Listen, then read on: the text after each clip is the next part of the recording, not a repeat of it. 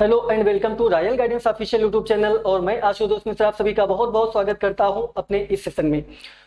तो कैसे हैं आप सब? उम्मीद कि आप सब बहुत बेहतर होंगे, आपकी तैयारियां भी बहुत अच्छी चल रही होंगी।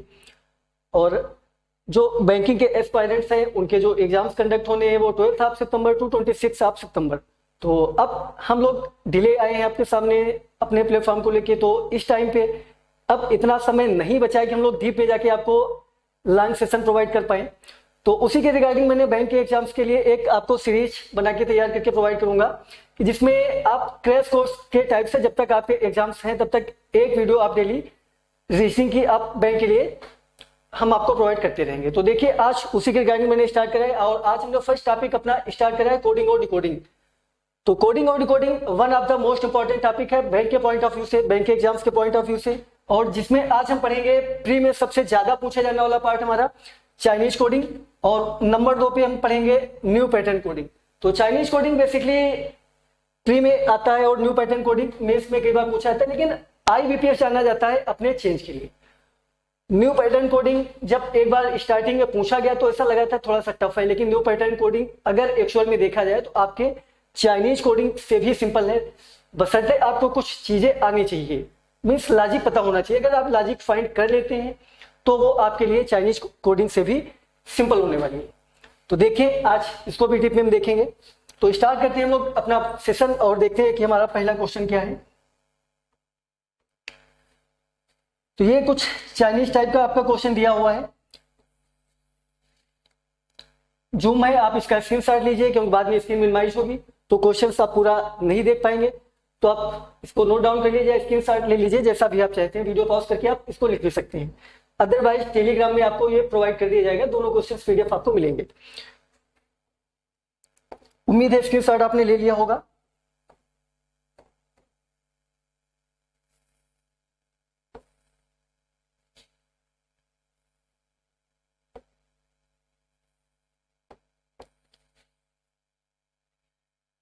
आइए इसको देखते हैं, हम लोग सॉल्व करते हैं।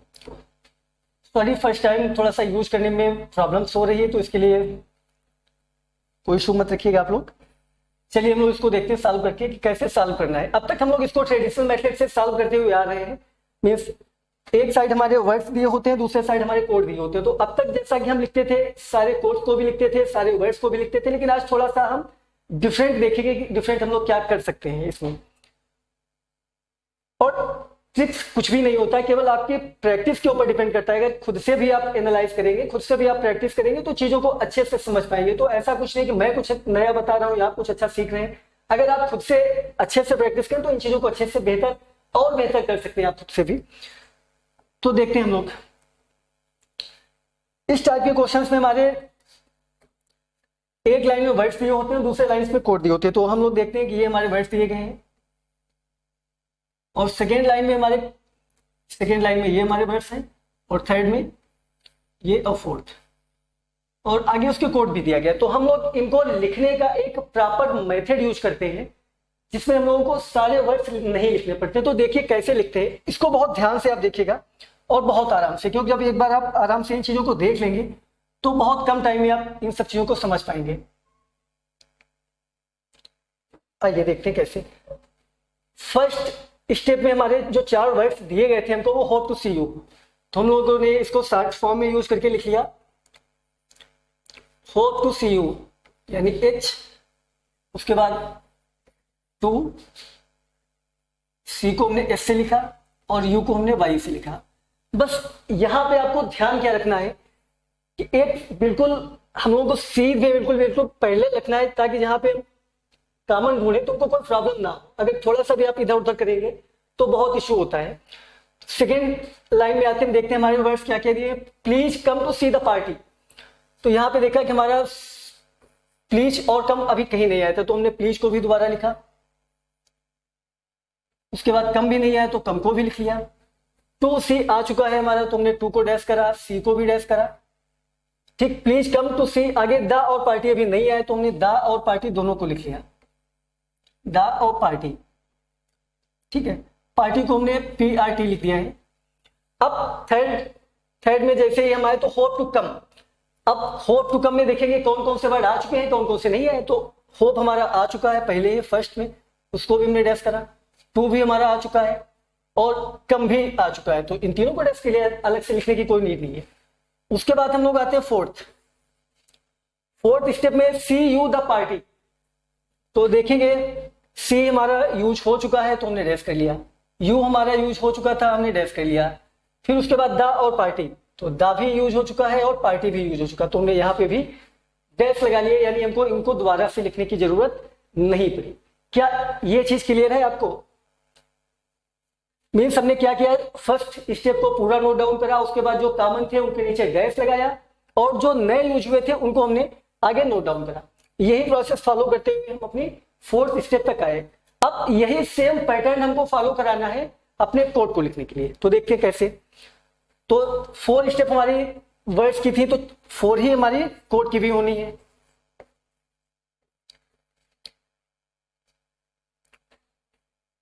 पहली स्टेप जो हमें पूरा करना है, RESONADI, इसको तो पूरा लिख लेना है, RE फिर SONA और DI। सेकेंड स्टेप में जैसे ही हम आते हैं तो सेकेंड FIGENA, तो देखिए FI नहीं यूज हुआ, हमने आगे लिख लिया, FIGE भी नहीं यूज हुआ, हमने लिख लिया। उसके बाद थर्ड हमने चेक करा NA, तो देखा NA हमारा आ चुका था तो हमने डैश कर दिया। उसके बाद हमने फिर देखा DI भी हमारा आ चुका था तो हमने इसको भी डैश कर दिया।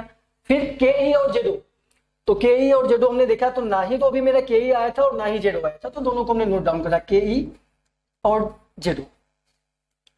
फिर थर्ड स्टेप में आते हैं DISO और GE, तो DI हमारा आ चुका है, DI फिर ESO आ चुका है और उसके बाद GE, तो GE भी हमारा आ चुका है तो हमने इसको भी नोट डाउन कर लिया। अब हम लोग आते हैं फोर्थ स्टेप पे, 3 हमारी हो चुकी है, चौथी में REFIZO, तो RE को देखते हैं हम लोग, RE भी हमारी यूज हो चुका, RE कोड यूज हो चुका था, FI यहाँ पे यूज हो गया है। अब उसके बाद ZO भी हमारा यूज हो गया है और फिर NA, तो NA को भी देखते हैं तो हमारा NA भी यूज हो चुका था, ठीक है, तो हमने इसको भी डैश कर दिया। बस इतना सा टाइम लगता है केवल इनको नोट डाउन करने में। अब आप आसानी से देख सकते हैं कि इसको जो हमारे कॉमन वर्ड्स कैसे हमको फाइंड करने हैं। दोनों पार्ट को जरा कंबाइन करिए, तो फर्स्ट और थर्ड, तो सबसे पहले हम फर्स्ट और थर्ड में देखेंगे, हमारा एच कॉमन था, एच मीन्स होप, और यहां पे हमारा फर्स्ट और थर्ड में क्या कॉमन है, तो यशो। तो चाहे तो आप अलग से भी लिख सकते हैं, चाहे देख के लिखें या डायरेक्ट क्वेश्चन लिखे, तो यहाँ पे हम अगर अलग से भी लिखना चाहें तो सारे कोड्स बता सकते हैं, तो या डायरेक्ट यहीं पे लिख सकते हैं। तो देखो फर्स्ट और थर्ड में हमारा एच आया था और यहाँ पे हमारा फर्स्ट और थर्ड में SO आया है, तो ये हमारा होप का कोड हो जाएगा हमारा SO। उम्मीद है कि ऊपर आप देख पा रहे हैं, नहीं तो हम साइड में लिखे दे रहे हैं। तो होप का कोड हमारा आ जाएगा SO। वैसे इसको लिखने की जरूरत नहीं, यहाँ पे हम लिख रहे हैं, बाकी आगे डायरेक्ट क्वेश्चंस बताने होते तो आप इजीली क्वेश्चंस में बताइए, इनको लिखने की कोई नीड नहीं होती, लेकिन हम आगे बताने के लिए आपको यहाँ पे पहले से ऑलरेडी रिटन में आपको क्लियर कर रहे हैं। तो अब हमारा RE आ चुका था, सॉरी फर्स्ट और थर्ड में हमारा SO आ गया था, तो हमारा SO कोड आ चुका है, तो SO हमने कट कर दिया। अब RE हमारा फर्स्ट और फोर्थ में आया था, यहाँ पे फर्स्ट और फोर्थ में कौन सा आया है देखते हैं, बाई, और बाई का मतलब था यू। ये देखिए यू हमारा फर्स्ट और फोर्थ में आया था और यहाँ पे हमारा फर्स्ट फोर्थ में RE आया था, तो यू का कोड हमारा RE हो गया, ठीक। तो चाहे तो आप यहाँ पे भी लिख सकते हैं, अगर ऊपर ना दिखा हो तो साइड से देख सकते हैं। उसके बाद फर्स्ट सेकेंड और फोर्थ, अब आप फर्स्ट सेकेंड और फोर्थ को जरा चेक करिए। फर्स्ट सेकेंड ऐसा कौन सा हमारा वर्ड है जो कॉमन है और जो कोड भी कॉमन है फर्स्ट सेकेंड और फोर्थ में। तो फर्स्ट सेकेंड और फोर्थ को जैसे ही हमने चेक करा तो हमारा यस यानी फर्स्ट सेकेंड और फोर्थ, यस मीन सी, यानी हमारा आ गया सी के लिए, यानी सी का कोड हमारा क्या हो गया NA, ठीक है, यानी हमारा हो गया सी का कोड, सी का कोड हो गया NA। अब उसके बाद हम लोग चेक करते हैं फर्स्ट सेकेंड और थर्ड, ऐसा कौन सा कोड है जो फर्स्ट सेकेंड थर्ड में आया हुआ है। तो आप देख पा रहे होंगे फर्स्ट सेकेंड थर्ड वर्ड हमारा 2 आया हुआ है, फर्स्ट सेकेंड थर्ड DI आया हुआ है, यानी 2 का कोड क्या हो जाएगा DI। इसको भी आप अलग से नोट डाउन कर लीजिए, टू को हम लोग कोड करते हैं DI से। अब आगे हम लोग चेक करते हैं DI भी हमारा कट गया। अब उसके बाद सेकेंड और फोर्थ, कौन सा ऐसा वर्ड है जो सेकेंड और फोर्थ में यूज हुआ है। सेकेंड और फोर्थ के लिए हम लोग जैसे ही चेक करते हैं, और उसके सेकेंड और फोर्थ में हमारे दो वर्ड्स आए हुए हैं। देखिए इस चीज को बहुत ध्यान से आप समझिएगा, FI और ZO, यानी दो कोड ऐसे हैं जो हमारे सेकेंड और फोर्थ में यूज करे गए हैं। और उसके बाद जैसे ही हम अपने वर्ड्स को देखते हैं तो दो वर्ड्स भी ऐसे हैं जो हमारे सेकेंड और फोर्थ में यूज करे गए। यहां से एक चीज बहुत डाउटफुल होती है कि इन दोनों में से ही हम ये नहीं बता सकते कि कौन सा कोड किसके लिए यूज करिए, तो यूज करा है हम लोगों ने। तो यहाँ पे जो हम लोग यूज करते हैं तो CND का केस, मतलब कैन नॉट डिटरमाइन, तो यहाँ पे दोनों का कोड में हम CND बताएंगे, या तो FE भी हो सकता है या फिर ZO भी हो सकता है। अब हमारा बचता है P, इन दोनों को हम लोग CND मान के चलेंगे। अब उसके बाद बचेगा हमारा P, जो केवल सेकेंड में यूज हुआ। तो सेकेंड में देखेंगे ऐसा कौन सा वर्ड है जो केवल सेकेंड में ही आया है कोड, तो यहाँ पे P और यहाँ से कोड KE, तो P का कोड हमारा हो गया KE। KE भी कट हो गया। अब बचता है हमारा इधर से GE और ऊपर से E, तो इसका कोड हो गया हमारा G। सारे कोड्स आपके फाइंड हो चुके हैं और उम्मीद है कि आप इसको बेहतर समझ पाए होंगे। और अगर कोई प्रॉब्लम हुई तो आप दोबारा से वीडियो प्ले करके भी इसको चेक आउट कर सकते हैं, क्योंकि यहाँ पे थोड़ा सा प्लेस कम है और फर्स्ट टाइम हम थोड़ा सा डिस्प्ले इसको एक्सप्लेनेशन दे रहे हैं, तो थोड़ा सा प्रॉब्लम्स हो सकती है पास करने की वजह से। बट आपके पास पेपर भी होगा, ठीक है, तो आप अपने आप से उसको लिख के अच्छे से एक्सप्लेन कर सकते हैं, चीजों को समझ सकते हैं। तो आइए अब हम आगे क्वेश्चंस पे चलते हैं सीधे। देखिए इसमें किस टाइप के क्वेश्चंस हम लोगों के पुट होते हैं। पहला क्वेश्चन हमारा पूछा गया है तो प्लीज को कैसे कोड करा गया है, ठीक। तो हमने सारे कोड फाइंड कर रखे हैं। तो प्लीज के लिए जैसे ही आप पूछेंगे तो प्लीज हमारा KE से डिनोट था, कुछ करना नहीं है, बस डायरेक्टली आप आंसर टिक करते जाइए, KE से टिक करा। उसके बाद उन्होंने पूछा है कि YSO जो है वो किसके लिए यूज किया गया है। फिर हम बैक साइड आए और YSO हमने जैसे ही देखा कि YSO किसके लिए यूज किया गया है, तो यहाँ से भी देख सकते हैं हम लोग YSO ने होप के लिए यूज किया था। जगह कम होने की वजह से हमने उसको ऊपर नहीं एक्सप्लेन करा है, ऊपर नहीं लिखा है, बाकी छोटा सा अगर आपको दिख रहा हो तो लिखा हुआ है YSO। तो यहाँ से आप YSO मार्क करिए, YSO किसके लिए, होप के लिए। फिर उसके बाद पार्टी के लिए उन्होंने कोड पूछा है। अब पार्टी के लिए हमने बताया था द और पार्टी दोनों ऐसे वर्ड हैं जो हमारे सेकंड में भी यूज हुए और फोर्थ में भी यूज हुए। तो यहाँ से दो कोड भी ऐसे हैं जो सेकंड में यूज हुए और फोर्थ में भी यूज हुए। तो यहाँ से ये हम नहीं बता सकते हैं कि या FI होगा या ZO होगा। तो या तो FI भी हो सकता है या ZO भी हो सकता है। तो यहाँ से दो स्थितियां बनती हैं, या तो ऑप्शन में CND दिया होना चाहिए या फिर ऑप्शन में हमारा आइदर FI और ZO दिया होना चाहिए, या फिर ऑप्शन में हमारा इन दोनों में से कोई एक दिया जाना चाहिए। तो सबसे पहले एक चीज हम देखेंगे कि हमारे ऑप्शन में क्या दिया है। ऑप्शन में हमारा इन्होंने दिया है कि आइदर RE FI, हमको क्या फाइंड करना था, FI और ZO। तो पहला तो गलत है हमारा। तो FI और ZO, यानी ये देखिए ZO या FI दो में से एक, आइदर का केस दिया हुआ है, ZO या FI दोनों में से कोई हो सकता है। तो इसका जो आंसर होगा वो ये वाला हमारा होगा, C वाला, आइदर ZO और FI। तो एक बार आप सारे कोड को डिकोड करने के बाद आसानी से बता सकते हैं, एक्सप्लेन कर सकते हैं कि कौन सा कोड किसका होने वाला है। चलिए और देखते हैं आगे। यहां से आपके 5 क्वेश्चंस पूछे जाते हैं और जब भी 5 क्वेश्चंस आपके पूछे तो आपको सॉल्व कर लेना ही बेहतर है। कई बार क्या होता है यहाँ से 3 क्वेश्चंस भी होते हैं, उनके लिए इसके बाद क्वेश्चंस है तो आप उसको देखेंगे। यहां से आपको कि प्लीज CU को आपको कैसे कोड करना है। तो तीनों का आपको कोड पता होना चाहिए, प्लीज का, C का और U का। तो यहां से आराम से देखते हैं प्लीज CU को। तो प्लीज का कोड हमारा था KE और CU का कोड हमारा RE और NA। तो पूरा कोड क्या बनेगा मेरा, KE RE और KE RE NA, KE RE और NA, ठीक। फाइंड करते हैं KE RE NA कहां पे है। KE RE NA ये दिया हुआ है, इसका हमारा ए वाला सही होगा, ए पॉइंट। अब उसके बाद हम लोग क्वेश्चन नंबर 5 और अपने इस टाइप के लास्ट क्वेश्चन पे आते हैं। आपको ये यहां से बताना है कि YSO DI और RE किसके लिए कोड किया गया है।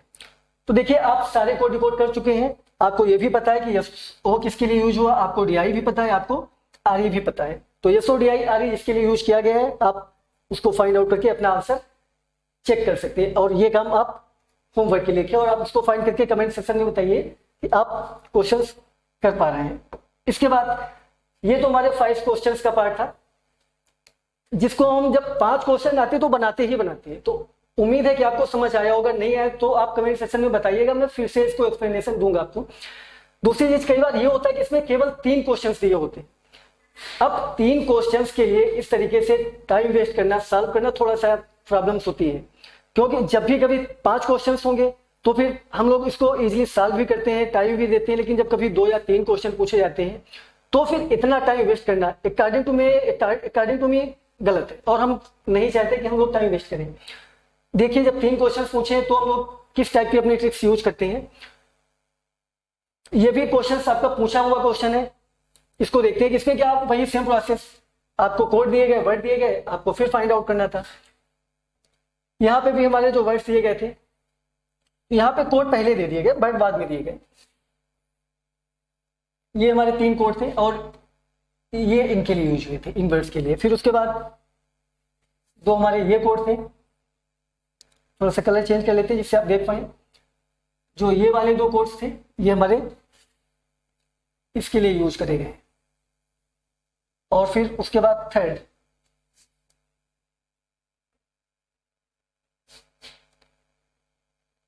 थर्ड में हमारे ये तीनों कोड थे जो डोंट हर्ट डॉक्टर्स के लिए यूज करेंगे।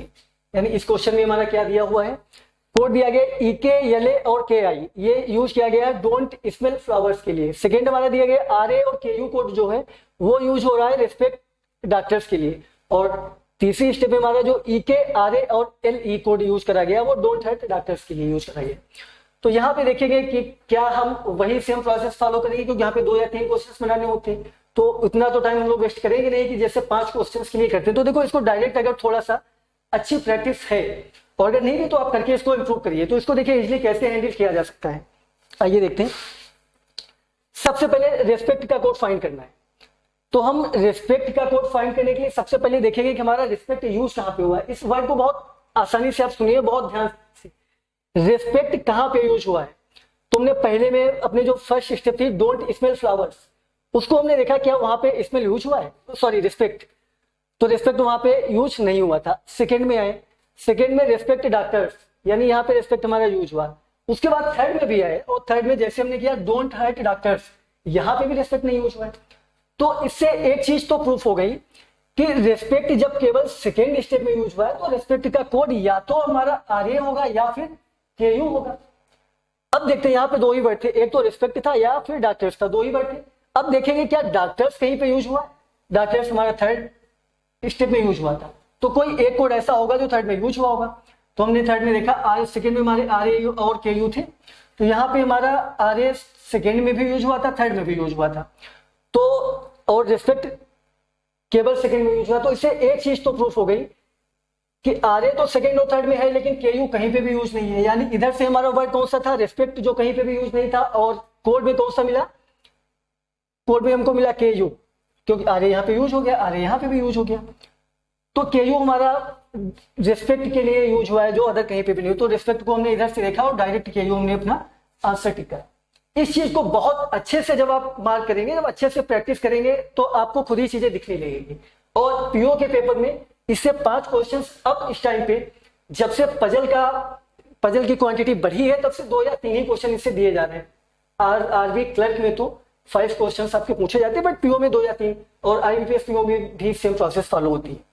फिर सेकेंड हम लोग देखते हैं, कई बार बहुत ज्यादा टफ है तो आप बना भी सकते हैं, बट इजीली हैंडल हो जाता है, इतना टफ नहीं होता। अगर अच्छी प्रैक्टिस है तो आप जरूर इस पे जाइए, और मैं आपको रिकमेंड करूंगा अच्छी प्रैक्टिस और अपना टाइम सेव करने, क्योंकि बैंकिंग के पॉइंट ऑफ व्यू से इतनी टफ पेपर इतना नहीं होता है, बस कट ऑफ मैटर करती है, कट ऑफ प्री में काफी हाई रहती है, इस चीज को आप अच्छे से जानते भी हैं। सेकेंड में आते हैं हम लोग, सेकेंड में हमको फ्लावर का कोड पूछा गया कि फ्लावर को कैसे लिखा गया है।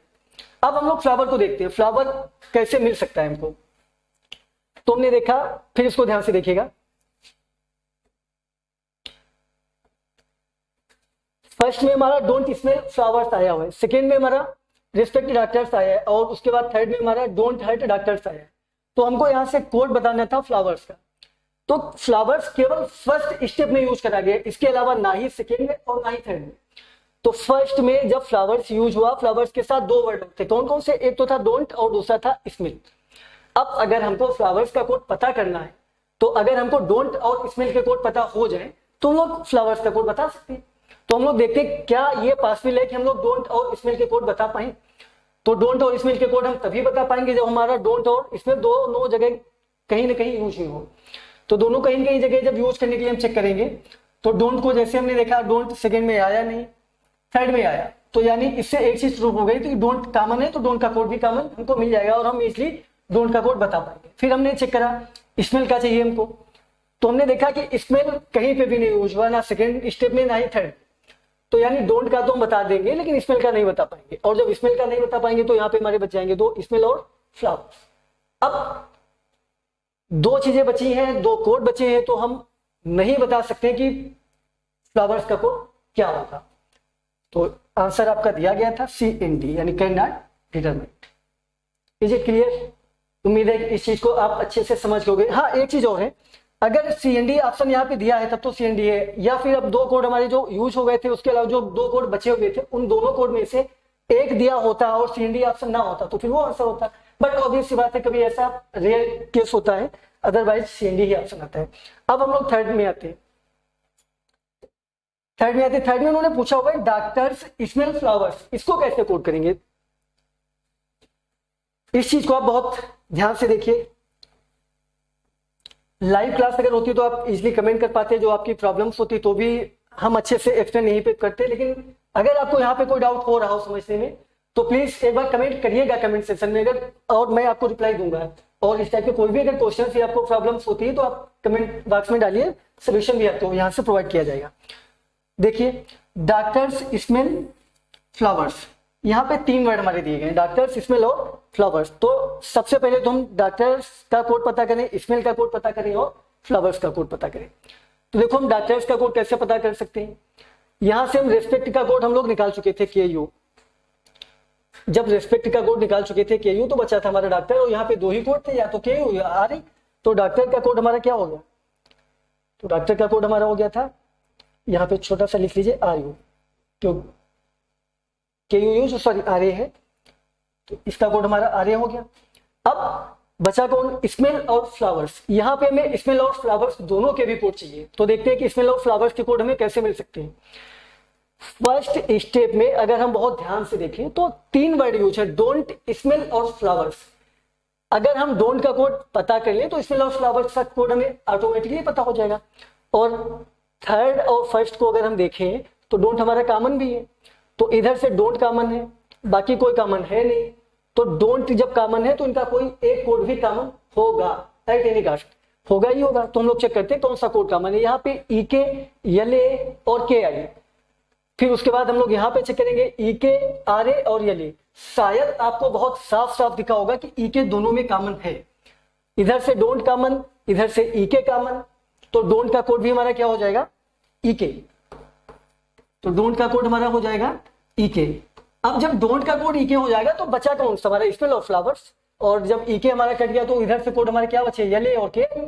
तो आगे हमारे कोड आ जाएंगे LA और KI, यानी ऑप्शन हमारा क्या होगा? RA, LA, KI। तो देखते कहां पे दिया गया है?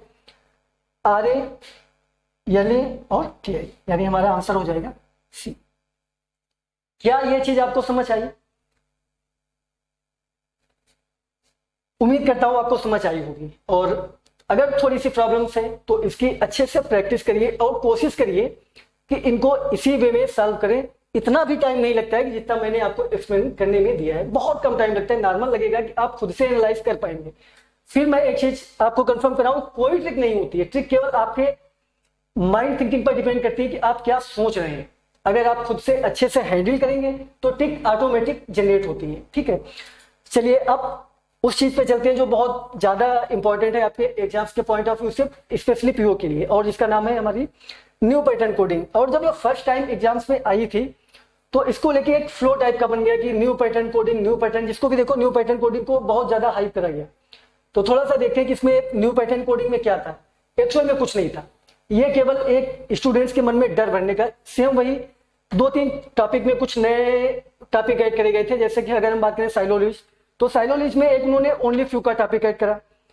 ओनली फ्यू को इतना हाइपर करा गया, only few only few only few, उसको भी हाई करा गया। सेम वही पैटर्न हुआ न्यू पैटर्न कोडिंग के साथ। और एक्चुअल में आपको कंफर्म कराऊं कि ना ही तो ओनली फ्यू का केस इतना टफ होता है और ना ही तो न्यू पैटर्न कोडिंग टफ थी, बस एक टीचर्स ने उसको हाई बना के टफ करा।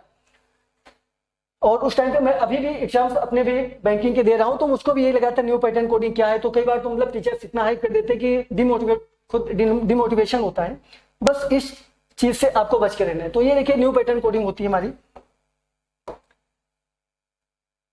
न्यू पैटर्न कोडिंग को जब आप बहुत अच्छे से समझिए, थोड़ा सा लॉजिक नया है, चीज तो वही है, बस सोच नहीं है और डिपेंड करेगा कि आप क्या सोचते हैं, ठीक है। लेकिन इस टाइप के क्वेश्चंस को करने के लिए आपको एक चीज बहुत जरूरी है, वो आनी चाहिए एबीसीडी। अगर एबीसीडी नहीं आती तो आप इस क्वेश्चंस को नहीं कर सकते। और बहुत अच्छी बात है एबीसीडी याद कर, उम्मीद कर सकते हैं कि आपको एबीसीडी तो एटलीस्ट आती ही होगी। और अगर नहीं आती तो मैं आपको एबीसीडी याद करने के लिए, उनकी प्लेस वैल्यू याद करने के लिए कोई भी ट्रिक बताने वाला नहीं हूं, क्योंकि it is totally time waste. क्योंकि मैं आपसे ऐसी उम्मीद कर सकता हूं कि अगर आप ग्रेजुएशन पास आउट हैं तो कम से कम एबीसीडी की प्लेस वैल्यू तो याद कर ही लेंगे अपने आप, तो उसको बताने की कोई नीड नहीं है। बट एबीसीडी को लिखने का और पढ़ने का थोड़ा सा प्रॉपर वे होना चाहिए, जिसको आप देखिए उसको लिखने का तरीका क्या है। यहाँ पे हम लोग जैसे उसको याद करना है, अभी तक हम लोगों ने डायरेक्टली पढ़ा ए से जेड तक। यहां पे क्या करेंगे हम, ए बी सी डी आपके सामने मैं लिख दे रहा हूं, E F G H I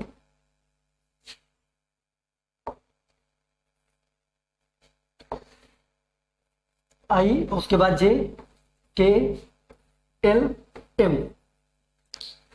ये आप अच्छे से देखिए, मैंने एम तक लिखा है और एम के बाद आपको अपोजिट आना है, एन ओ पी क्यू, फिर आर, उसके बाद S T U V W X Y और जेड, ठीक है। तो उम्मीद है कि इस चीज को आप देख रहे होंगे।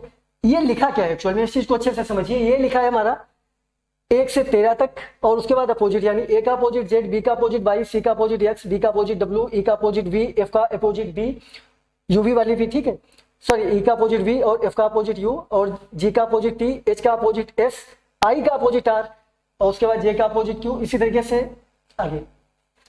उनकी नंबरिंग भी हम लोग याद कर सकते हैं आसानी से, 1 2 3 4 5 6, ठीक है, 7 8 9 10 11 12 13, यानी जो फर्स्ट हाफ है वो हमने ऊपर सीधा लिखा है, उसके बाद अपोजिट लिखा है हमको, और 14 15 16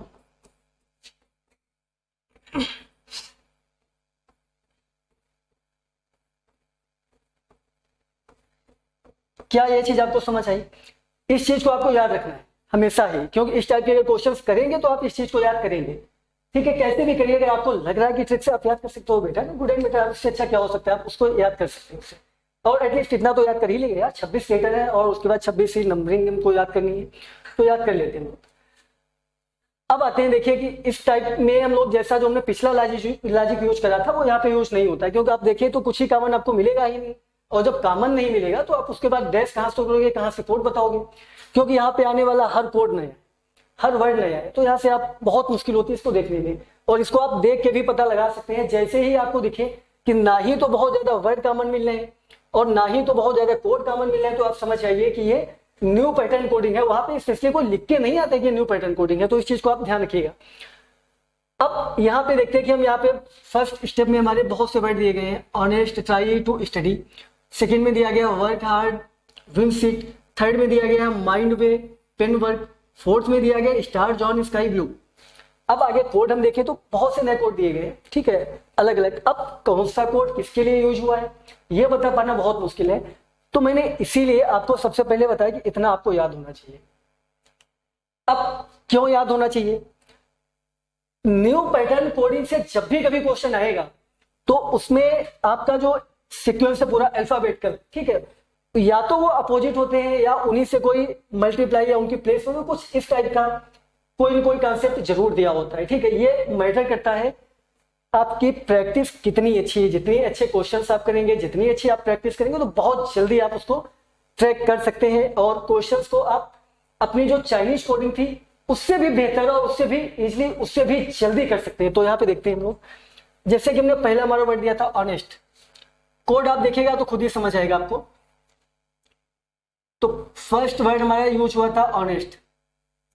अब हमको यहाँ पे नहीं पता, दूसरा हमारा यूज किया गया था टू, सॉरी दूसरा यूज हुआ है ट्राई, तीसरा यूज करा गया है टू, और हमारा फोर्थ यूज करा गया है स्टडी। और हमारे फर्स्ट स्टेप में जो हमारे कोड यूज किए गए हैं उनको लिखते हैं कि यार देखते हैं कि उनसे कुछ लॉजिक निकल पा रहा है।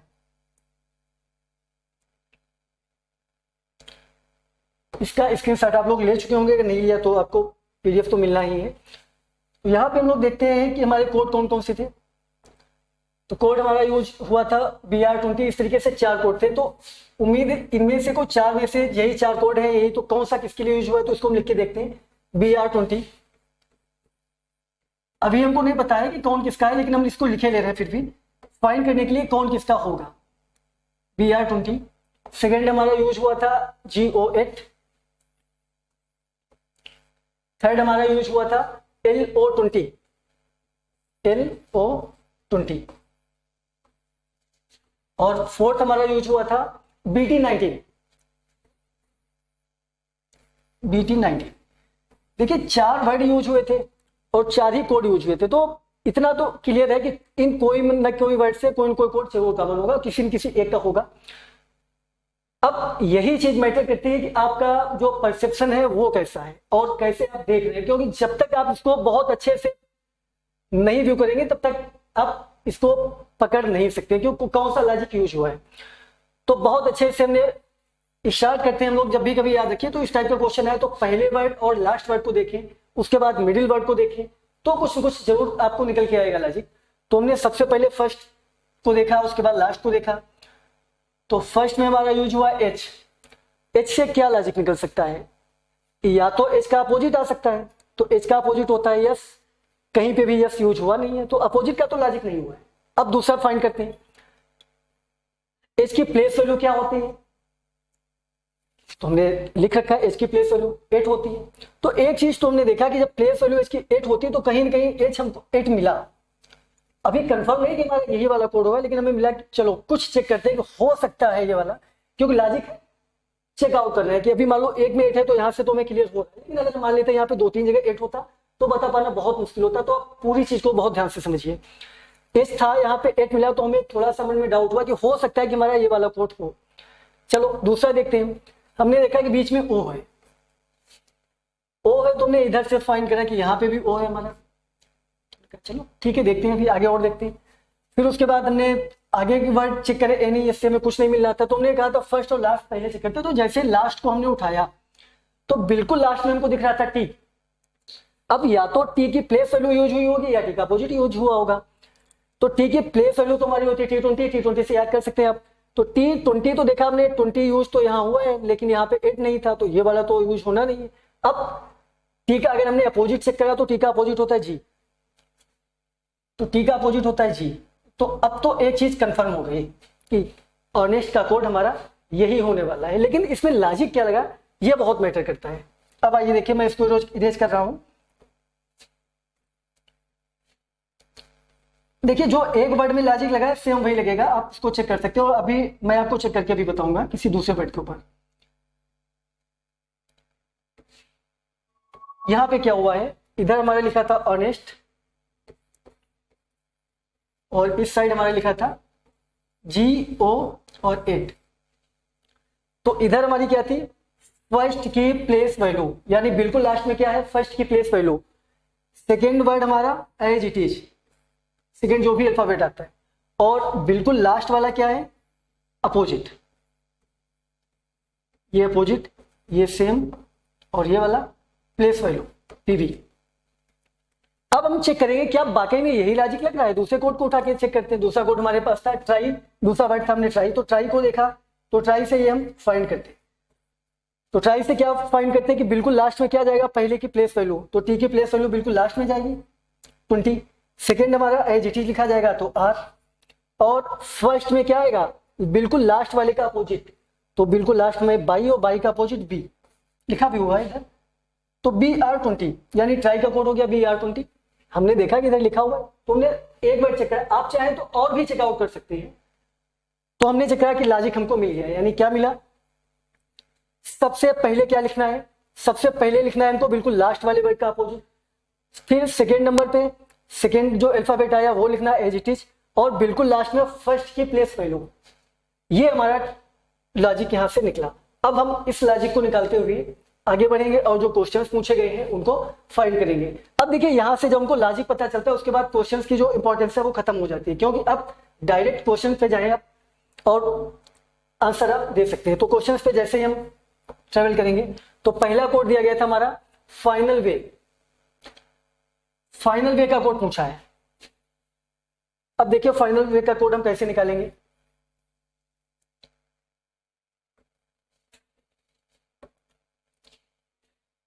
मैं इसको इरेज कर रहा हूं ऊपर के लिए। फाइनल वे का कोड आपको निकालना है, आप लोग तब 1 मिनट अपना निकाल भी सकते हैं, चेकआउट कर सकते हैं, जब तक मैं थोड़ा सा डिले कर रहा हूं। फाइनल वे,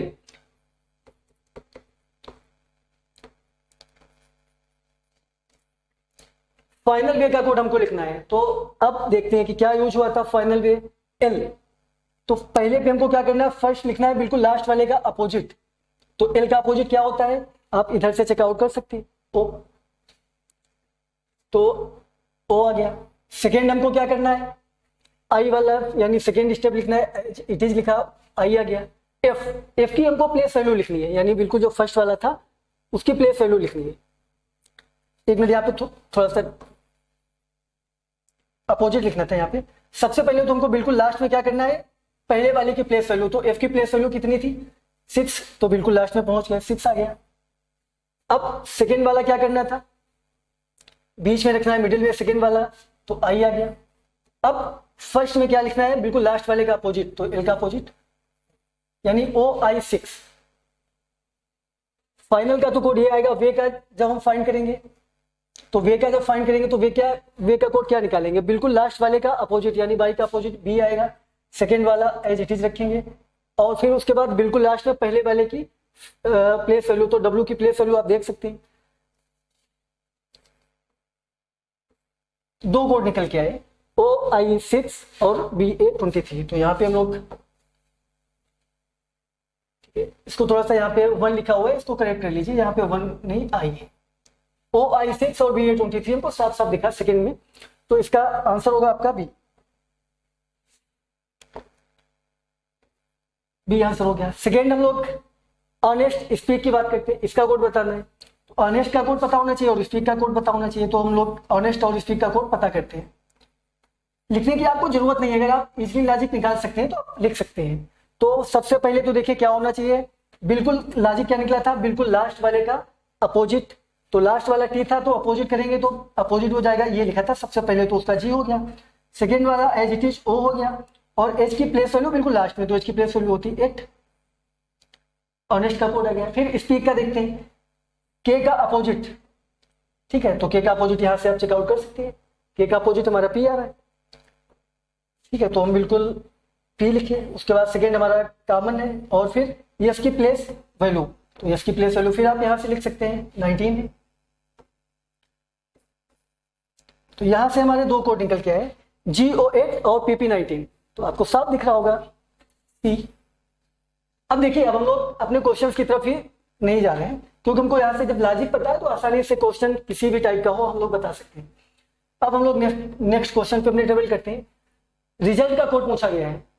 अब देखिए रिजल्ट को क्या करना है, अब रिजल्ट लिखना है, तो रिजल्ट में सबसे पहले टी आएगा, टी का अपोजिट जी, सेकेंड ई और आर की प्लेस वैल्यू, कुछ करना नहीं है, GE80, ठीक है, तो आपको बी साफ साफ दिख रहा है।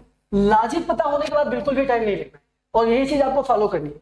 मैं अभी और स्लो हूँ, क्यों स्लो होने की वजह भी है कि भी आपको मैं एक्सप्लेनेशन दे रहा हूँ, उसके बाद अगर यही क्वेश्चन मुझे करना होता तो दूसरे वे में करता, क्योंकि एक बार लॉजिक पता होने के बाद आप बहुत जल्दी क्वेश्चन अगर सॉल्व नहीं कर रहे हैं तो फिर बहुत बड़ी प्रॉब्लम्स है, क्योंकि कट ऑफ को देखते हुए आप खुद ही अपने आप को एनालाइज कर पाएंगे, बताने की कोई जरूरत नहीं है। अब वायलेट को हम लोग देखते हैं। तो वायलेट की देखते हैं तो बिल्कुल लास्ट वाले का अपोजिट जी, सेकेंड सेम, और बी की प्लेस वैल्यू। अब वी की प्लेस वैल्यू आपको फिर अगर नहीं पता है तो आप वैसे याद भी कर सकते हैं 22, तो कोई यहाँ पे हम लोग देख सकते हैं 22, तो यहाँ से हमने 22, तो जी आई 22, तो यहाँ से हमारा ए आंसर हो गया। अब हम लोग बिल्कुल लास्ट में ट्राई टू ऑनेस्ट डिजायर, यहाँ से हमको ट्राई का कोड निकालना है, टू का कोड निकालना है, ऑनेस्ट का कोड निकालना है और डिजायर का कोड निकालना है, ठीक। तो कोई इशू नहीं होना चाहिए इन चारों के कोड निकालने में। वैसे तो मैं इसको होमवर्क के लिए छोड़ना चाहता हूँ कि आप चारों को फाइंड करें और उसके बाद कमेंट सेक्शन में इनका आंसर दें, लेकिन चलिए मैं फाइंड करके दे रहा हूँ आपको। तो ट्राई का कोड क्या होगा, बिल्कुल लास्ट वाले का अपोजिट, तो ट्राई यानी बिल्कुल लास्ट वाले का अपोजिट, तो यहाँ पे बी हो गया। सेकेंड सेम रहना है, आर हो गया, और फर्स्ट की प्लेस वैल्यू बिल्कुल लास्ट में, तो टी की प्लेस वैल्यू टी, तो ट्राई का कोड होगा बी आर 20। हाँ, यहाँ पे एक चीज बहुत अच्छी, टू का कोड कैसे, ये देख लीजिए आप, टू का कोड कैसे फाइंड करेंगे, क्योंकि टू में तो दो ही वर्ड है। देखते हैं, तो सबसे पहले तो फर्स्ट वाले की जो प्लेस वैल्यू होती है वो कहाँ जाती है, बिल्कुल लास्ट में, तो फर्स्ट वाले की प्लेस वैल्यू जो होगी वो जाएगी बिल्कुल लास्ट में, तो टी की प्लेस वैल्यू 20 बिल्कुल लास्ट में चली गई। बीच में जो वर्ड रहता है वो सेकंड वाला सेम रहता है, तो सेकंड यहाँ पे वही तो है, यहाँ पे सेम रहेगा। अब पहले की जगह पे क्या करते हैं हम लोग, बिल्कुल लास्ट वाले का अपोजिट, और बिल्कुल लास्ट वाले का अपोजिट यानी यहाँ पे हमारा ओ बिल्कुल लास्ट में है, तो ओ का अपोजिट हम लोग जाएंगे, ओ का अपोजिट होता है यल, यहाँ से आप देख लीजिए ओ का अपोजिट यल, तो यहाँ पे हम लोग एल लिखेंगे। यहाँ पे टू का कोड क्या हो गया, LO20, और ट्राई का कोड हमारा क्या हो गया था, ट्राई का कोड हम लोग निकाल चुके थे BR20। अब उसके बाद ऑनेस्ट की बताने की जरूरत ही नहीं है, क्योंकि सबसे जो फर्स्ट कोड हमने फाइंड करा था वो ऑनेस्ट का ही निकाला था। ये देखिए, सबसे जो फर्स्ट कोड निकाला था वो ऑनेस्ट का ही निकाला था, GO8, तो इसको वहां पे आप यूज कर सकते हैं, और अदरवाइज यहाँ पे फाइंड कर सकते हैं, तो इतना बड़ा इशू नहीं है। जब ऑनेस्ट का कोड हमारा GO8 हो गया, अब कौन सा बचा, डिजायर, तो डिजायर भी आप फाइंड कर सकते हैं, ठीक है, DESIR, यहाँ पे स्पेलिंग आप चेक कर लीजिएगा। अब देखो, बिल्कुल लास्ट वाले का क्या करते हैं हम लोग, सबसे पहले तो बिल्कुल लास्ट में आती है फर्स्ट की प्लेस वैल्यू, तो डी की प्लेस वैल्यू बिल्कुल आप, और तीन जब निकाल लिए तो चौथा आप ऑटोमेटिक निकाल के आंसर बता सकते हैं। तो यानी BR20, YELLO20, GO8, तीनों को चेक करें कहाँ पे आए हैं, BR20, ठीक है, BR20 भी आया हुआ है, यहाँ पे YELLO20 भी आया हुआ है, GO8 भी आया हुआ है, तो VR4। अब यहाँ पे VR4 चेक करना है, क्या VR4 हमारा इसका आंसर हो सकता है क्या, तो देखा कि डी की प्लेस वैल्यू कितनी होती है, 4 बिल्कुल लास्ट में जाएगी, सेकेंड हमारा ये रहेगा, और फिर बिल्कुल जो ई का अपोजिट, तो यहाँ पे हमने जैसे देखा बीच में हमारी आई है, यहाँ पे आ रहा है, तो हमारा पहला तो आंसर गलत हो गया, क्योंकि जो हमने मार्क करा था वो नहीं है। तो इसके लिए हमको पहले क्या निकालना है, डिजायर का कोड, तो डिजायर का कोड भी हम लोग यहीं से फाइंड करके अपना बता सकते हैं आराम से। देखिए, डिजायर का कोड भी अगर निकालें तो सबसे पहले डिजायर लिखा हुआ था,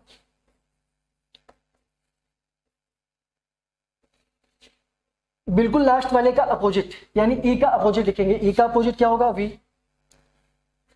सेकेंड वाला सेम ई, और फर्स्ट की प्लेस वैल्यू D4, VE4,